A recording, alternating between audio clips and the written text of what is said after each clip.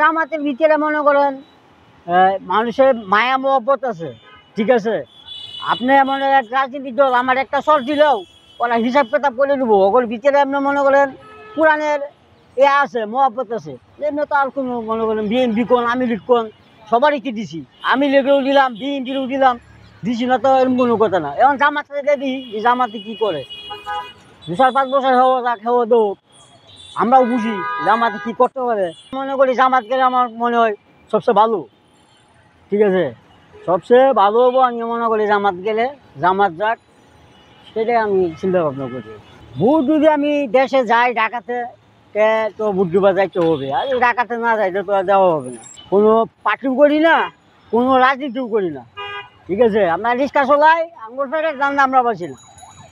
যে একজনে 5,000 500 টাকা দিব, ওই 500 টাকার চিন্তা মনে করেন আমরা করি না, ঠিক আছে। আমরা যাই একজনের মনে চাইলে একজনের ভোট দেই, মনে না চাইলে দিই না। এই আঙ্গুলের ব্যক্তিগত ব্যাপার, কারণ আমরা গরিব মানুষ, আমরা বিশৃঙ্খলার ভিতরে যাই পারছি না, রাজনীতির খাতার নাম ওদের পারছে না। এই রাজনীতি আমরা পছন্দ করি না, করি তাই আমাদের নেতা আগেরই নেতা হিসাবে তো ভালোই, কিন্তু নেতার তো আর দোষ নাই। দোষ তো মনে করেন সাধারণ যারা কর্মী ওগুলো লাগে, কিন্তু নেতাগুলোর দোষ।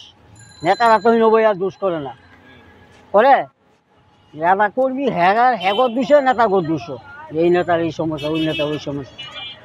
নির্বাচন তো শুনতেছি হইবই, নির্বাচনের সময় আইলেছে না বোঝা যাবো, হইব না হইতো না। মানুষের কাছে শুনতেছি যে নির্বাচন এবারে সুস্থ নির্বাচন হইব বা সুস্থপূর্ণ নির্বাচন এবার দিব, ঠিক আছে। এই মানুষের কাছে আমরা যেটা শুনি সেটাই তো বলতে হবে।